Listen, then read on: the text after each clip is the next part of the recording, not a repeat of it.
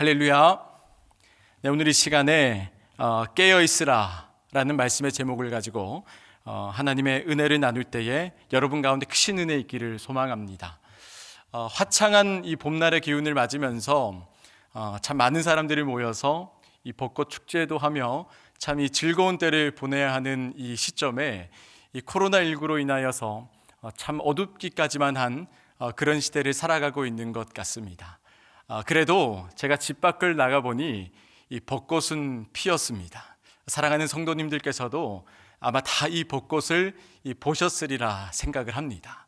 우리는 흔히 이 벚꽃이 피었다라는 것을 통하여서 이제 진짜 봄이 왔구나라는 것을 알게 됩니다. 그리고 우리는 이 벚꽃이 피었다라는 것을 통하여서 이 계절이 겨울에서 정확하게 봄으로 바뀌었음을 이렇게 짐작하며 살아갈 수 있게 된다라는 것이죠. 오늘 성경 본문에 나오는 이 팔레스틴 지역에서도 이 무화과 나무를 통하여서 이 계절의 변화를 알 수 있었다라고 합니다. 이 무화과 나무의 잎은 이 겨울의 끝자락에 그 잎이 나기 시작하며 그리고 이제 여름이 다 돼서는 그 잎이 무성해졌다라고 합니다. 그래서 오늘 말씀에서 전하고 있는 것처럼 바로 잎이 이 무성해졌을 때가 이 여름이 되었다라는 것을 이 사람들이 알 수 있었다라고 전하고 있는 것입니다. 오늘 이 복음서에서는 예수님께서 오늘의 이 본문을 통하여서 이 미래의 일을 말씀하고 계십니다. 이것은 말씀에 있어서 그렇게 흔한 일은 아닙니다. 예수님께서는 바로 이제 이 무화과 나무의 잎이 무성하게 자랐다라는 것을 통하여서 여름이 왔다라는 것을 사람들에게 알려주시고자 하는 것처럼 이제 예루살렘 이스라엘의 그 성전이 파괴되는 모습을 통하여서 앞으로 그들에게 일어닥칠 어떤 일이 있을 것이다라는 것과 그리고 그 상황 가운데 살아가는 우리들의 모습은 어떠한 자세로 살아가야 함을 바로 이 말씀을 통하여서 우리들에게 알려주시고자 한다라는 것입니다. 이 본문에서는 이 성경에 나타난 그 많은 징조들 중에서 핵심적인 징조라고 할 수 있는 사건이 등장하는데 그것은 바로 이방인들과 그리고 이교도의 이 군대로부터 이 거룩한 도시와 그리고 거룩한 성전이 이 파괴되는 모습을 우리는 바라볼 수 있게 됩니다. 그리고 바로 이 사건을 통하여서 바로 예수님이 그 말씀하신 그 마지막 때가 이제 임할 때가 되었다라는 것을 우리들에게 알려주고 있는 것이죠. 그러면 그때가 언제일까요? 이 질문에 대해서 예수님께서는 오늘 본문 30절에 이렇게 답변하십니다. 내가 진실로 너희에게 말하노니 이 세대가 지나가기 전에 이 일이 다 일어나리라. 여기서 말하고 있는 이 세대라는 것은 예수님과 마가 당시의 세대를 말하는 것입니다. 그리고 이 세대라는 것은 이 단순히 문자적인 의미를 뛰어넘은 바로 예수님께서 예언하신 그때가 속히 다가오고 있다라는 그런 의미가 담겨져 있다라고 말할 수 있는 것이겠죠. 이렇게 예언의 성취가 점점 빨라지고 있는데 여전히 하나님의 말씀에 순종하지 않는 사람은 이 종말의 날로부터 피해갈 수 없을 것이다 라는 것을 우리는 기억해야 되는 것이죠. 예수님은 그리고 본인께서 말씀하신 이러한 예고가 반드시 이루어질 것이다 라는 것을 바로 오늘 말씀 31절에서 천지는 없어지겠으나 내 말은 없어지지 아니하리라 라는 말씀을 통하여서 확증하고 계시다라는 겁니다. 여러분, 여기서 말하고 있는 것은 천지가, 그러니까 하늘과 땅이 없어진다라는 것에 강조점을 두는 것이 아니라 그럼에도 불구하고 예수님의 말씀은 없어지지 않을 것이다 라는 것에 그 강조점을 두고 있다라는 것이죠. 그러니까 무화과 나무의 잎을 보고 이 여름이 가까이 왔음을 알 수 있는 것처럼 다가오는 예루살렘의 멸망을 통하여서 우리들에게 종말이 가까워져 오고 있구나라는 것을 우리는 이 말씀을 통해서 알 수 있다는 것, 그리고 이런 상황이 있을지라도 하늘과 땅이 없어질지라도 이 말씀에서 전하고 있는 것처럼 예수님의 그 말씀은 영원히 변하지 않고 우리와 함께 있을 것이다 라는 것을 말씀해 주고 있는 것입니다. 지금까지 앞서서 이 31절에까지의 말씀은 마가복음 13장 4절에서 이 제자들이 예수님에게 질문했던 그 질문에 대한 이 대답이 이어지고 있는 것입니다. 이 시간에 마가복음 13장 4절 말씀 자막에서 뜨는데 우리 함께 읽어보도록 하겠습니다. 우리에게 이르소서 어느 때에 이런 일이 있겠사오며 이 모든 일이 이루어지려 할 때에 무슨 징조가 있사오리이까. 그러니까 지금 예수님께서는 이 성전 파괴에 대한 모든 징조에 대한 논의를 마무리하시고 이제는 구체적으로 예수님의 재림에 대한 그 시기와 때에 대한 논의를 시작하고 계신다는 겁니다.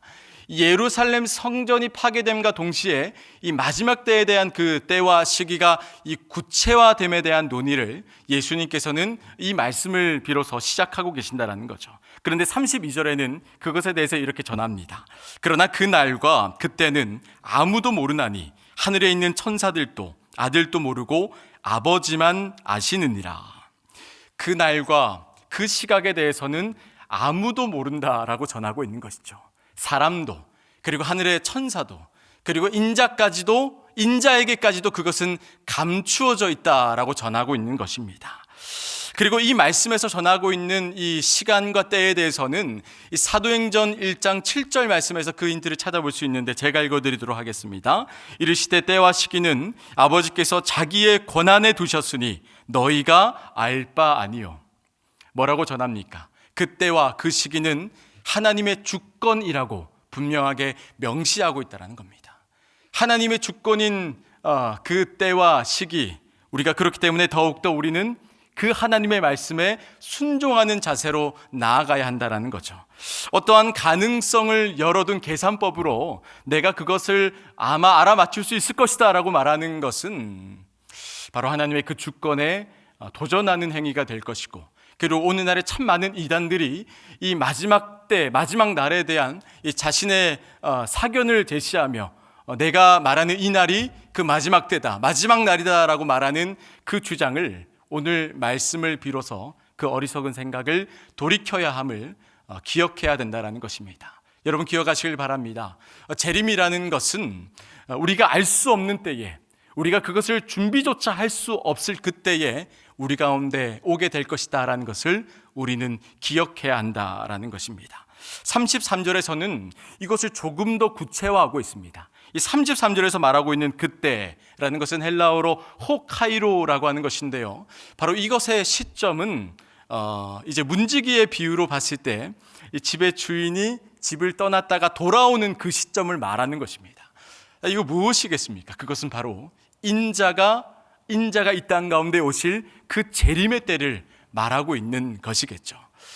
많은 학자들이 이 초대교회 안에서 예수님의 재림과 그리고 성전 파괴에 대한 이 직접적인 연관성에 대해서 이 많은 문헌들로 확증하고 있음을 우리는 살펴볼 수 있습니다. 그리고 예수님은 앞서 언급하신 대로 이 4절에서의 제자들의 질문에 대한 해답을 31절까지 마치시고 이제는 더욱더 구체적으로 예수님의 재림에 대한 이야기를 이어나감과 동시에, 그리고 이 말씀을 통해서 우리가 알 수 있는 것은 성전 파괴와 예수님의 재림 사건은 이 긴밀한 연관성을 가지고 있다는 것이죠. 하지만 32절에서 우리가 또한 알아야 할 것은 성전 파괴는 이 세대 안에 일어날 일일 것이지만은, 그러나 재림은 우리가 알 수 없는 때에, 우리가 예측할 수 없을 때에 그것이 일어나게 될 것이며, 그뿐만 아니라 이 성전 파괴에 대한 징조는 우리가 볼 수 있지만은 그 예수님의 재림에 대한 징조는 우리가 어떠한 경우에도 찾아볼 수 없을 것이다라는 것을 우리가 말씀을 통해서 분명하게 알 수 있다라는 것입니다. 그래서 예수님은 그의 제자들에게 그렇기 때문에 너희들이 더욱더 깨어 있어야 함을 오늘 말씀을 통하여서 그들에게 알려주시고자 하는 것이죠. 우리는 바로 이런 맥락을 가지고 문지기의 비유를 바라보아야 한다라는 것입니다. 문지기는 항상 깨어 있어야 됩니다. 항상 깨어서 자신의 그 집의 문 앞을 지켜야 하는 사람이죠. 잠깐의 잠들므로 인하여서 침입자가 그 집에 들어올 수도 있는 것이고, 그리고 갑작스럽게 주인이 돌아와서 자고 있는 그 문지기의 모습을 보며 이 근무 태만하는 그 모습에 대해서 책망할 수도 있게 된다라는 것이죠. 우리가 여기서 살펴봐야 하는 이 문지기 비유의 핵심은 첫 번째로는 그 집에 지금 주인이 없다라는 것과, 그리고 두 번째로는 그 집을 잠깐 나간 주인이 언제 돌아올지를 알 수 없다라는 것을 극복해야 됨이 바로 이 문지기 비유의 핵심이라고 말할 수 있는 것입니다. 사랑하는 성도 여러분, 그렇다면은 과연 어떠한 모습, 어떠한 문지기의 모습으로 살아가야 되는 것이 하나님이 원하시는 온전한 문지기의 모습일까요? 내가 이 남은 근무의 일수가 며칠 정도 될까? 내가 며칠을 더 근무해야 은퇴할 수 있을까? 이런 나를 계산하며 살아가는 모습이 올바른 모습일까요? 아니면은 정말 신실하게 날마다 깨어서 돌아오실 그 주인이 나의 진짜 주인이라는 확신에 찬 모습을 가지고 살아가는 모습이 정말 온전한 문지기의 모습일까요? 사랑하는 성도 여러분, 오늘의 비유를 통하여서 이 질문을 우리 스스로에게도 한번 던져보아서 나는 과연 지금 어떠한 문지기의 모습으로 살아가고 있는지 우리 스스로를 한번 돌이켜보는 시간이 있었으면 좋겠습니다. 33절에는 이렇게 전합니다. 주의하라, 깨어있으라, 그때가 언제인지 알지 못함이라. 이 성경신학자로 알려져 있는 로마이어라는 사람은 경건한 사람에 대해서 이렇게 이야기합니다. 제가 읽겠습니다. 경건한 사람은 사람의 생활은 졸거나 꿈꾸거나 도취하지 않고 마음이 언제나 깨어있고 각성된 긴장 속에 있어야 한다. 사랑하는 성도 여러분, 이 마지막 때에 주인이 누구신지를 알며 그 주인이 오시기를 바라며 날마다 신실하게 깨어있는 문지기 되시기를 소망합니다. 34절 말씀을 제가 읽겠습니다. 가령 사람이 집을 떠나 타국으로 갈 때에 그 종들에게 고난을 주어 각각 사무를 맡기며 문지기에게 깨어 있으라 명함과 같으니. 여기서 그 종들에게 권한을 주었다라는 표현이 있습니다. 이 권한은 헬라어로 엑수시아라고 합니다. 이 엑수시아의 뜻은 이 권위나 권세라는 의미를 가지고 있는데, 이것을 잠깐 풀어보면은 바로 어떤 출처에 해당하는 헬라어인 엑스와 그리고 이 본질에 해당하는 헬라어인 이 우시아가 결합된 합성어가 바로 엑수시아라는 겁니다. 이게 어떤 의미입니까? 본질로부터 오는 권위라는 것입니다. 그러니까 지금 집 주인은 문지기에게 본질로부터 오는 권위를 주고 갔다라는 것입니다. 그렇기 때문에 이 문지기는 본질로부터 오는 권위를 가지고 더욱더 신실하게, 건강하게, 오랜 기간 그가 속한 땅에서 선한 영향력을 끼치며 살아가야 한다는 것이죠. 여러분, 예수님께서 승천하실 때 바로 이 엑수시아, 그 권위를 이 땅의 모든 교회들에게 주고 가셨습니다. 그 엑수시아 권위를 받은 이 땅에 있는 모든 교회들은 바로 날마다 깨어서 신실한 모습을 가지고 예수님의 그 권위로서 이 땅을 선한 영향력을 끼치며 나아가야 함을 여러분 잊지 마시기를 바랍니다. 그러면 어떤 모습으로 우리는 이것에 준비하며 살아갈 수 있을까? 바로 35절에는 이렇게 전합니다. 제가 읽겠습니다. 그러므로 깨어있으라. 집주인이 언제 올는지, 혹 저물 때일는지, 밤중일는지, 닭 울 때일는지, 새벽일는지 너희가 알지 못함이라. 사랑하는 성도 여러분, 그렇다면 우리는 어떤 자세로 깨어 있어야 하겠습니까?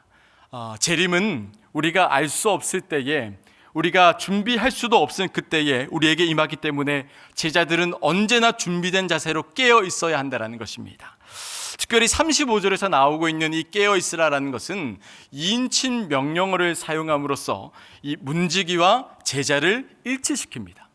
그래서 여기서 말하고 있는 깨어 있으라라는 것에는 이 세 가지의 의미를 발견할 수가 있는데, 첫 번째로는 우리가 날마다 신실한 삶을 살아가야 한다는 것, 그리고 두 번째로는 지금 우리들에게 주어지고 있는 이 많은 종말의 기운 가운데 우리가 귀를 기울이며 살아가야 한다는 것, 그리고 세 번째는 돌아오실 그 분이 나의 진짜 주인이다라는 그 확신에 가득 찬 삶을 살아가야 한다라는 것이 바로 이 깨어있음의 의미이고, 바로 이것이 문지기의 소명이다라는 것입니다. 저물 때, 밤중, 닭이 울 때, 새벽, 그러니까 언제든지 우리는 깨어있는 삶을 살아가야 한다라는 것이죠. 이 35절에서 말하고 있는 이 주인이 돌아오는 시점을 공교롭게도 밤중이라고 이야기합니다. 여러분, 로마의 시간의 계산법을 이렇게 적용을 해보면은 이 밤중은 예수님께서 고난당한 시간을 이야기하는 것입니다. 예수님은 고난 당하셨습니다. 그러나 그 고난에서 승리하셨습니다. 그리고 예수님께서 승리하신 그 승리의 비결에 대해서 바로 그분의 깨어있음에서 그것을 찾아볼 수 있다라고 이야기합니다. 그뿐만이 아닙니다. 제자들도 고난을 받았습니다. 그러나 그들은 승리하지 못하고 깨어있지 못했기 때문에 시험받아 낙심하고 두려워서 넘어져서 예수님을 부인하고, 그뿐만 아니라 두려워서 무서워서 그 자리에서 도망치고 말았다라는 것입니다. 바로 이렇게 나약하고 연약한 제자들을 향하여서 예수님께서는 무려 5번 3가지 다른 의미로서 헬라어 블레페테, 아그림네이테, 그레고레이테, 이것의 뜻은 이러합니다. 주의하라, 경계하라, 깨어있으라. 바로 이 단어로서 제자들에게 경계할 것을 경고하고 계신다라는 거죠. 그리고 오늘 말씀의 마지막 구절인 37절에는 이렇게 전합니다. 깨어있으라, 내가 너희에게 하는 이 말은 모든 사람에게 하는 말이니라 하시니라. 성전 파괴에 대한 가르침은요, 이 세대에게 직접적인 연관성을 주는 것이었습니다. 그러나 예수님의 재림은 모든 세대에게 그 연관성을 두고 하셨던 말씀입니다. 제자들과 이 세대를 뛰어넘어 앞으로 올 모든 세대들에게 직접적인 연관성을 두고 하셨던 그 말씀이 바로 예수님의 재림에 대한 말씀이었다는 것을 우리는 기억해야 됩니다. 사랑하는 3일의 모든 성도 여러분, 오늘 마가복음 13장 이야기를 통하여서 하나님께서는 우리들에게 어떠한 메시지를 전하고자 하시는 것일까요? 깨어있으라 라는 이 중심 구절을 가지고 단순히 종말에 깨어있으라, 마지막 때를 대비하라 라는 것으로 이 말씀을 마무리하고자 하시는 것일까요? 물론 그것도 중요하겠지만은 궁극적으로 하나님께서는 이 말씀을 통하여서 우리 그리스도인들이 하나님의 말씀에 온전한 순종을 보이며 살아가야 한다라는 것을 우리들에게 알려주시고자 하는 것입니다.